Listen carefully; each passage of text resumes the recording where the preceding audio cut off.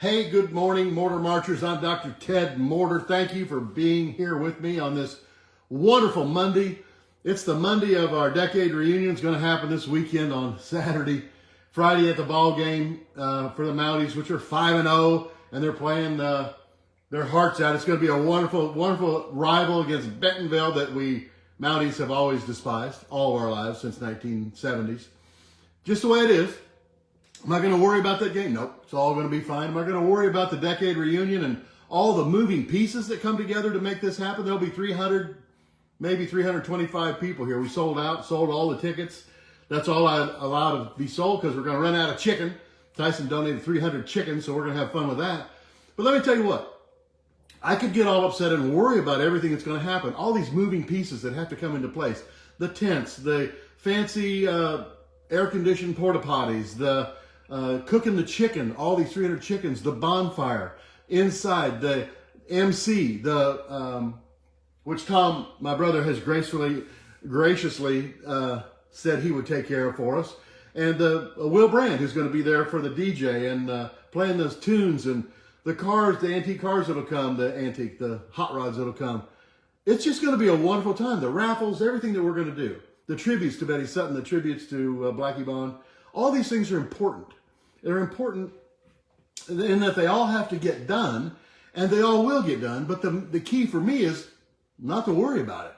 I put people in place that are going to make this happen. We've had meetings for a year to make this come off like it should be. And all the things, typically, this is what I'd like you to think about today.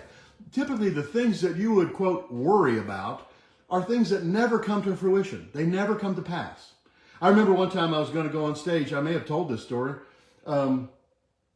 But I was going to go on stage in Seattle, and Sue was going to be there with me to lecture, and she's going to help out. It's a 3-day program, and she had to cancel at the last minute. I mean, like the day of, she said, I can't get there. Something's happened. I don't recall the details. I just remember my end. I'm going, oh, holy smokes, I've got probably 500 people going to be in this class, and I'm going to have to carry the load for 3 days.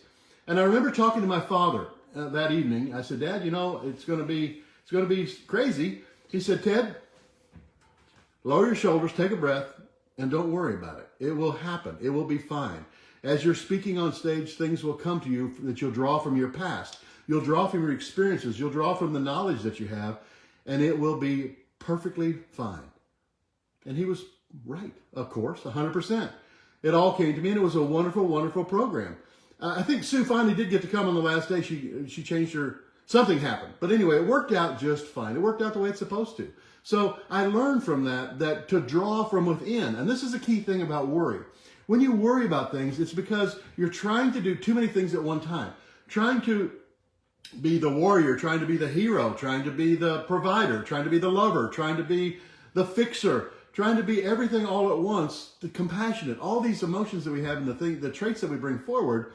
We think that we're going to have to bring them up all at once, but that's not true. That's not the way it works. When these things are all deep inside of you that will help you throughout your entire life, and when needed, they call from within, they come up to surface, and you're able to take on whatever obstacle might be in your way there. It's an opportunity. So it's all inside, and it always comes out. It always comes forward. And once you embrace that, for me at least, once I embraced that, it's made my life a lot easier. This big decade reunion, I didn't worry about it. Worry's not, I was making sure we dotted all the I's and crossed the T's, and surely we're going to miss some things. Something will come up, something will happen that'll be crazy, but you know what? We'll take it on the fly. So today I would like you to set down worry and just leave it alone and move into a feeling of confidence. Confidence, okay? Confidence that thing at work that's really been bothering you, that you don't know how it's going to work out. Confident that it will work out. Confident that my family situation that I had that's not working out like I thought it should be or could be or would be, could, should, would. Nah, it's okay. It's going to be fine. It's just going to be, that's the path that everybody's on at this point. You don't need to worry about that. You need to be confident there's a greater plan, a greater good, a bigger God. You have to just understand that. And when you do, it makes your life a whole lot easier. It really does. It makes things just, it's going to be fine. It's going to be fine. The chicken will get cooked. The tents will be here. All the 6 tents that are coming. Everything will come as it's supposed to. It will be fine. Your life will be fine. Instead of worrying, move into a feeling of confident. I'm confident in myself. I'm confident I can handle whatever challenge might be ahead of me. I'm confident it's going to be working out fine and perfect and just the way God's plan is. I'm very confident in that. If you don't have those feelings, then you're going to be probably miserable. You're going to spend your life in worry and doubt and upset and blaming other people for everything that happens in your life and sucking your thumb all day long and worrying. And, that's just not what I would choose to do. But, that could be your choice. Who we got? Hey, Dorothy. Hello, Dorothy from Colorado. Oh, my gosh. I've missed you. I love you. I'm anxious to get back on a program with you again. Don't worry. It's going to happen. So, my point today is, when you're feeling overwhelmed, when you're feeling, as Sue likes to put it, just let's don't be overwhelmed. My sister Sue, who's a very accomplished speaker, and she'll be here this weekend too. I'm very excited about that. But when you're feeling overwhelmed, let's just be whelmed. We don't have to be overwhelmed. It's going to be okay. We're going to lean into it and say, you know what, bring it on. I'm okay with that. I can handle that. I'm all right with that. Whatever it might be. It could be a legal battle, could be a financial battle, could be a family battle, could be a work battle. I don't know. It doesn't really matter. All that matters is me. All that matters is you. All that matters is how you respond to what's happening out there. And you respond to what's out there by what's in here. That's how you respond. So you have to be synchronized with this. You can't be focused up here on worry, worry, worry. You have to be focused on confident. I'm confident things are going to work out fine. I'm confident we're going to have the decade reunion of the century, literally. No one else has ever done it. Probably no one ever will. But we pulled it all together. I've got a great team that's helped me pull this together, and I give them all the credit for what's happened here. I'm just kind of helping facilitate, to make it happen. Find people like that in your life to share with. Find people that are with you and people that are for you. Now, there's a difference. I've talked about that before. With you, they just kind of hang on, but you want people that are for you. They're going to go to bat. They're going to jump out there and say, I'll cut the grass for you. I'll pick up the walnuts if they're in the way.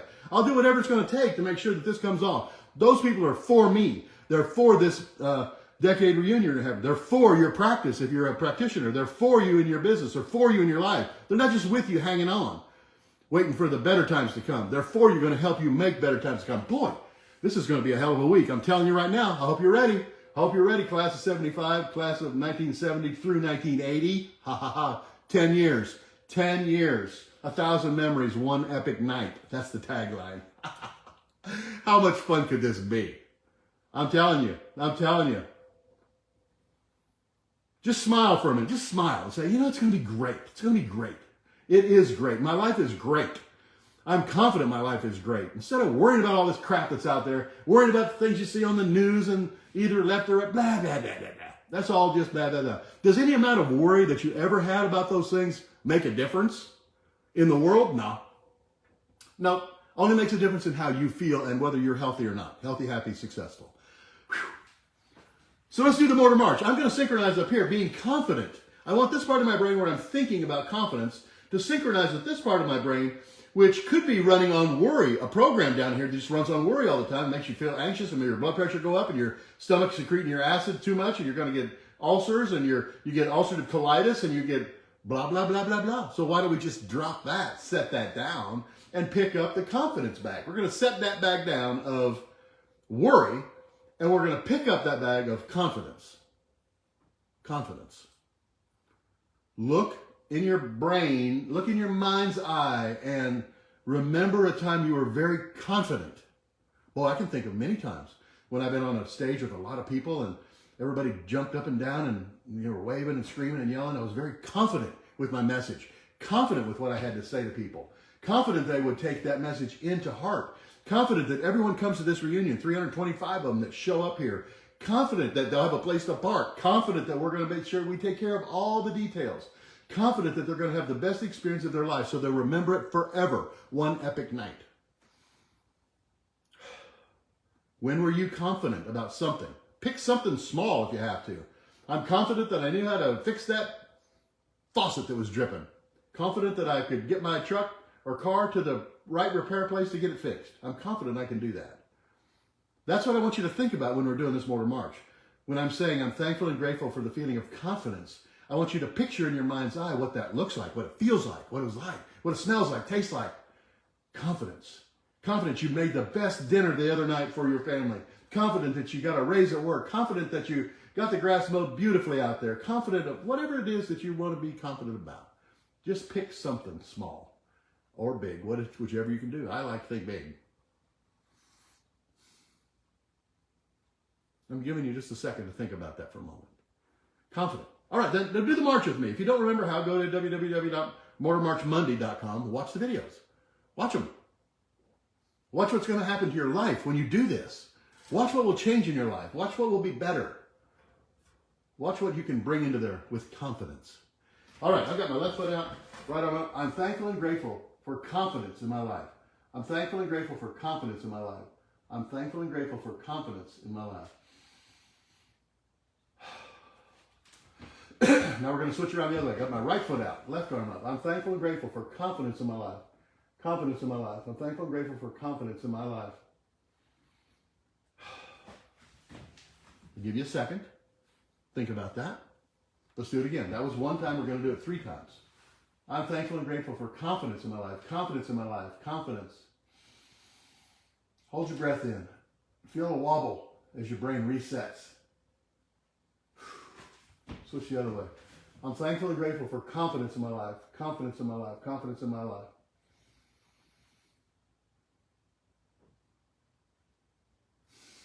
I hope you're doing this with me.